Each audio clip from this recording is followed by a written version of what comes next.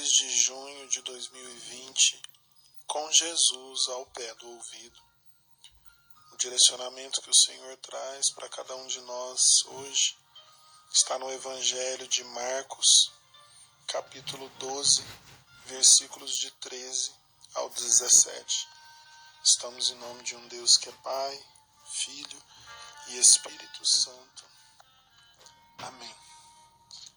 Naquele tempo, as autoridades enviaram a Jesus alguns fariseus e herodianos para que o apanhassem em alguma palavra.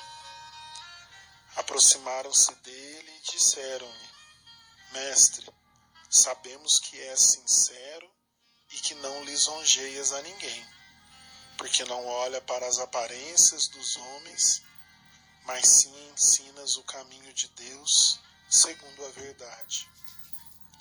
É permitido que se pague o imposto a César ou não? Devemos ou não pagá-lo? Conhecendo-lhes Jesus a hipocrisia, respondeu-lhes: Por que quereis armar-me uma armadilha? Mostrai-me uma moeda. Apresentaram-lhe. E Jesus perguntou-lhes: De quem é esta imagem e a inscrição nesta moeda? De César, responderam eles. Jesus então lhes replicou: Dai então a César o que é de César, e a Deus o que é de Deus. E eles admiravam-se de Jesus. Meus irmãos, no contexto desta passagem nós vemos pessoas sábios, entre aspas, da época, que tentam pegar Jesus em alguma contrariedade, em alguma palavra mal colocada, de modo que o que quer que Jesus respondesse, eles poderiam condená-lo. Se ele mandasse pagar o imposto, ele poderia estar colocando Deus em segundo plano. Se Jesus mandasse não pagar o imposto, ele poderia ser visto como um subversivo, um rebelde, um anarquista. Não era esta a proposta do Senhor. Então Jesus dá essa sábia resposta e se esquiva daquela situação. Primeira lição, meus irmãos, que fica para nós: devemos tomar muito cuidados com elogios, aproximações, agrados que as pessoas nos fazem. Aqueles homens não chegaram diante de Jesus já anunciando uma armadilha. Eles disfarçaram, eles agiram sorrateiramente.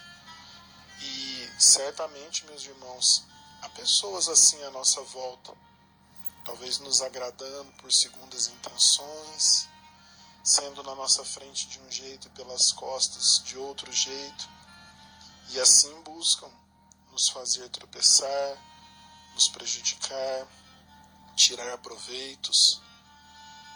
Nós podemos, muitas vezes, estarmos abrindo portas da nossa vida, do nosso coração, da nossa casa, do nosso matrimônio, dos nossos filhos, para o inimigo, para pessoas que não vão acrescentar nada de bom e ainda vão sugar. Por isso que nós precisamos pedir ao Espírito Santo discernimento, sabedoria, perspicácia, prudência, para que não sejamos nós mesmos a armar tocaias e armadilhas que ali na frente vão nos derrubar.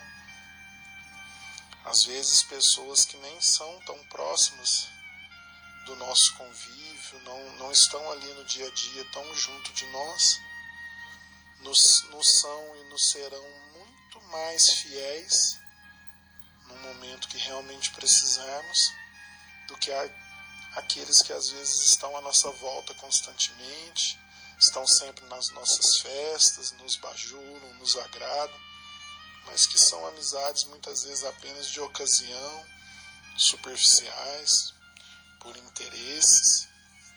Muitas vezes acabamos, não raro, dando mais valor às vezes até para amigos do que para familiares. O que nós estejamos atentos, conforme esse Evangelho nos ensina. E a segunda lição importante que esse Evangelho deixa é com relação à resposta de Jesus.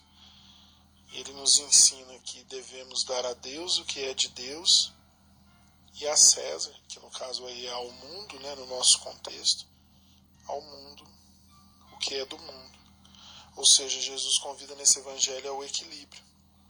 Não sermos pessoas nem preocupadas apenas com as realidades humanas, pessoas que só pensam no dinheiro, no trabalho, no lazer, nos bens, no estudo, no sucesso, mas que se esquecem de Deus, se esquecem dos tesouros espirituais, mas também não sermos pessoas, entre aspas, espirituais, que rezam muito, que ofertam o dízimo, que servem a Deus, que vão à missa, mas que são péssimos cidadãos, que dão contra-testemunhos de suas obrigações civis, que todos nós temos nesta vida, e é o que Jesus deixou claro neste Evangelho.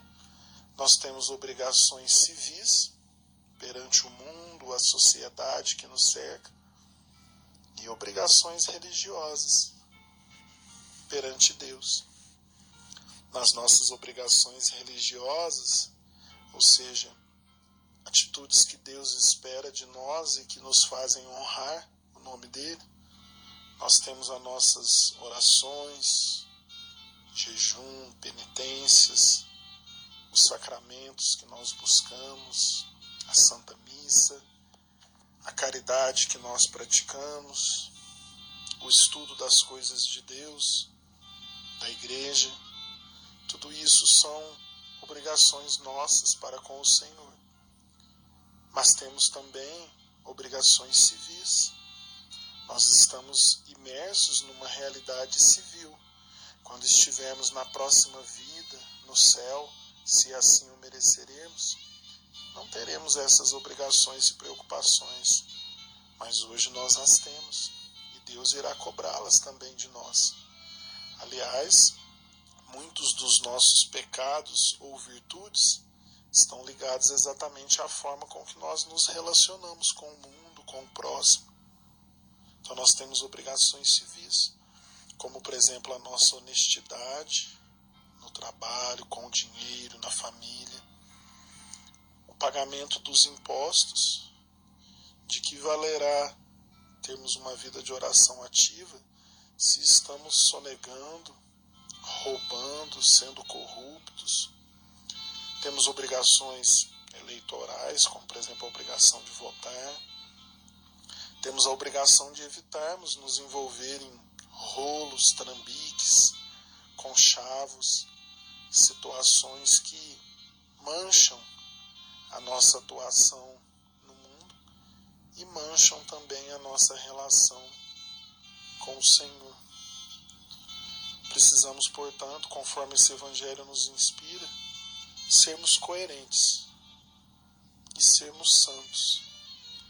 Tanto santos na nossa fé, nos passos espirituais que damos em direção a uma maior intimidade espiritual com o Senhor, mas também santos nas nossas obrigações como cidadãos, para que a nossa fé seja viva, coerente e verdadeiramente uma luz a iluminar as trevas que existem aos montes neste mundo. Dai ao mundo o que é do mundo e a Deus o que é de Deus. Este foi mais um Com Jesus ao pé do ouvido. Até amanhã, se o Senhor assim nos permitir. Comunidade Fé com Obras, Três Pontas, Minas Gerais, terra do Beato Padre Vitor e da serva de Deus, Madre Teresa Margarida.